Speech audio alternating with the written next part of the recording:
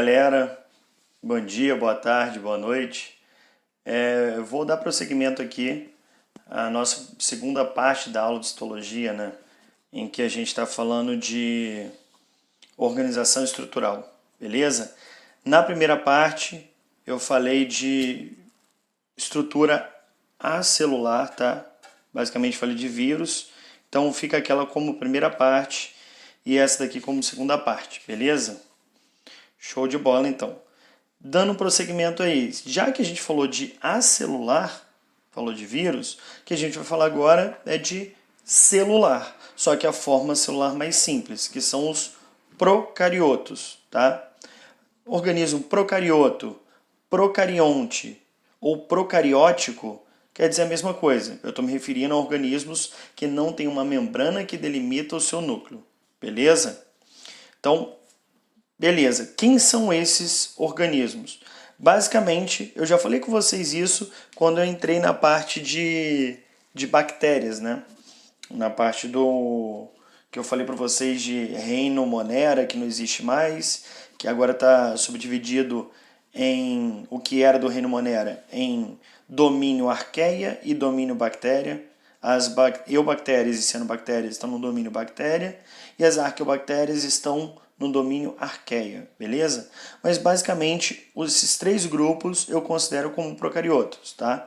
São organismos que não têm uma membrana nuclear ou um envoltório nuclear, tranquilo?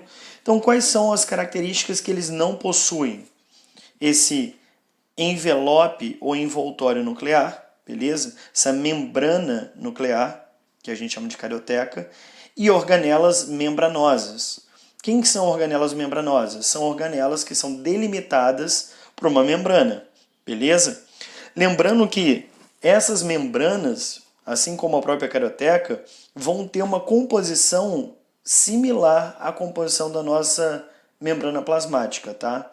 Vai ser uma membrana basicamente formada por fosfolipídios e normalmente vão ter proteínas associadas a ela, então uma composição lipoproteica, mas principalmente de fosfolipídios, beleza?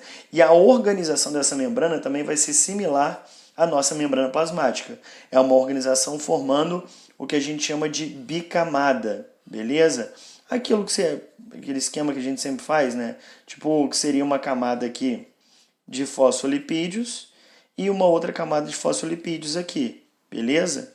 Então eu tenho essa bicamada de fosfolipídios aqui, seria um recorte da membrana. Tranquilo? São formados pelo quê? Os nossos organismos procariotos. Eles vão ser formados por DNA, e esse DNA vai estar organizado na forma de um nucleóide. Nicolas, procariotos têm núcleo? Não, não tem um núcleo verdadeiro, beleza? Não tem um núcleo no sentido mais estrito da palavra.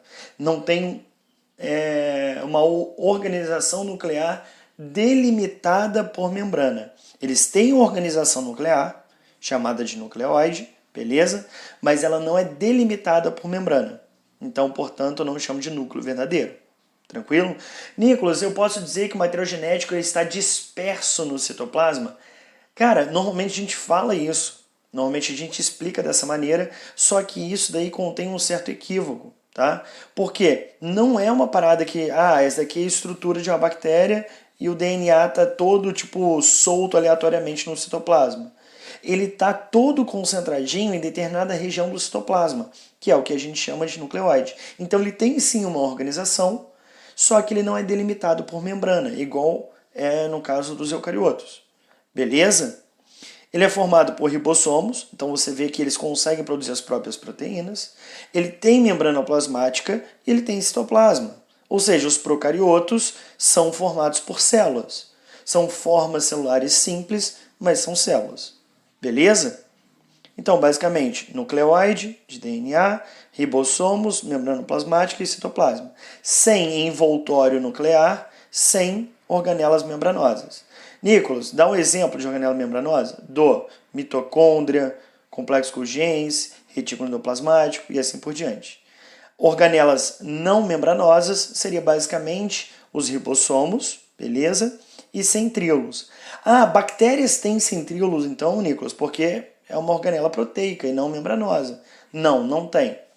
Ah, Nicolas, mas não é o centríolo que forma flagelo? Eu lembro que você fez um esquema de uma bactéria no quadro com flagelo.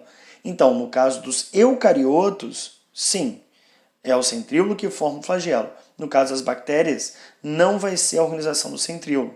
Tá? Tanto é que os flagelos de eucariotos são formados pela mesma proteína que forma os microtúbulos, tá? Que isso tudo é organizado pelos centríolos, que é a tubulina. No caso dos procariontes, a proteína que forma o flagelo é a flagelina, beleza? É outra proteína, é outra organização. Tranquilo? Dando prosseguimento, são considerados seres ubíquos. O que são seres ubíquos? São seres basicamente onipresentes. Ai, Nicolas, que coisa horrível. Sim, eu quero dizer onipresentes no sentido de qualquer local do planeta em que você encontra vida, você vai encontrar bactérias. E até mesmo em locais que você não encontra outras formas de vida, você encontra bactérias. Tá? Isso quer dizer que eles estão em qualquer local do nosso planeta que a gente consiga procurar. A gente encontra bactérias. São ubíquos, beleza?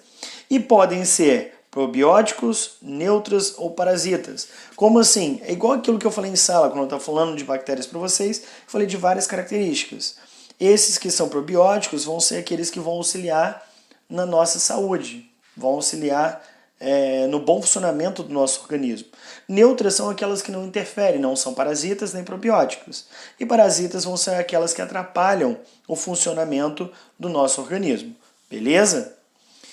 A estrutura que a gente vai ver da bactéria é aquela estrutura hipotética que eu também construí para vocês em sala de aula, lá no quadro, tá? É mais para que a gente consiga fazer um comparativo assim, em algumas aulas, tá? Eu tenho aqui um esquema de uma bactéria na forma de bacilo. Lembram-se das formas? Coccus, bacilo, vibrião, espirilo, espiroqueta. Eu falei disso tudo com vocês em sala de aula, beleza?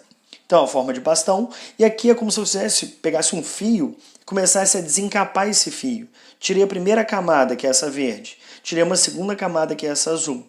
E eu estou vendo aqui a parte interna desse meu fio. No caso, eu estou falando de uma bactéria. Então, eu tirei a primeira estrutura verde, que é a cápsula. Beleza? Tirei a segunda estrutura azul, que é a parede celular. E eu estou vendo aqui a parte interna dessa minha bactéria. Beleza? Essa parte interna, o que eu encontro? Aqui, ó, no meio eu fiz para vocês o nosso nucleóide. Tá? Esse nucleóide formado por DNA. Próximo a ele eu tenho aqui duas coisas circulares que eu fiz, que são os plasmídios. Lembram? Que estão relacionados à resistência daquela bactéria, principalmente resistência ao uso de antibióticos. Em preto, delimitando aqui, eu tenho membrana plasmática, beleza? Aqui, no meio do nada, no meio aqui, assim, apontando para uma região em que você não tem estrutura, né? Tipo, aqui, você teria o citoplasma, que eu já coloquei aqui para vocês. Aqui, apontando para essa bolinhazinha que vocês enxergam aqui, ribossomo. Essa estrutura aqui, que é uma invaginação, foi aquilo que eu falei em sala para vocês, que é o mesossomo. Alguns autores consideram que o mesossomo não existe realmente uma bactéria quando ela é viva. E ela só aparece quando a gente vai fixar essa bactéria para analisar o microscópio. Tá? Aí, como ela morre, ela chega a desidratar e ela vai descolar parte da membrana da parede bacteriana. Então, por isso que a gente enxerga o mesossomo. Outros autores acreditam que o mesossomo existe mesmo quando a bactéria está viva, ativa, e ele tem função de respiração celular. Então você encontra aqui, nessa dobra da membrana, que é o mesossomo, proteínas e enzimas relacionadas à respiração celular. Tá? E alguns outros autores consideram que o mesossomo está relacionado à divisão celular, quando essa bactéria vai sofrer uma divisão assexuada, uma bipartição, uma cisciparidade. Ela começa a se dividir a partir da região do mesossomo. Beleza? A gente tem em azul aqui a parede celular, composta por peptoglicana, beleza? Peptídeo-glicanos, proteínas e açúcares, né? Eu tenho aqui as fímbrias, que são como se fossem pelos. É óbvio que não são pelos, beleza? Pelo é característica exclusiva de mamífero, tá? Está lá dentro de animais, dentro de cordados, dentro de vertebrados, dentro de tetrápodo, dentro de mamífero, tá? É uma parada completamente complexa e específica. Mas isso é como se fossem pelos. Por isso que se chamam fímbrias ou pili, tá? E está relacionado tanto à ancoragem da bactéria em célula hospedeira, como também na reprodução bacteriana. Lembra que eu falei para você de conjugação? Então, é a partir desse pili. Essa cápsula eu falei com vocês também, relacionada à proteção, e o flagelo, relacionado ao deslocamento, tá? A locomoção dessa bactéria, tá? Lembrando vocês que esse flagelo é formado por flagelina e não por tubulina. Tranquilo, galera? Não vou me estender mais, fechar essa aula por aqui.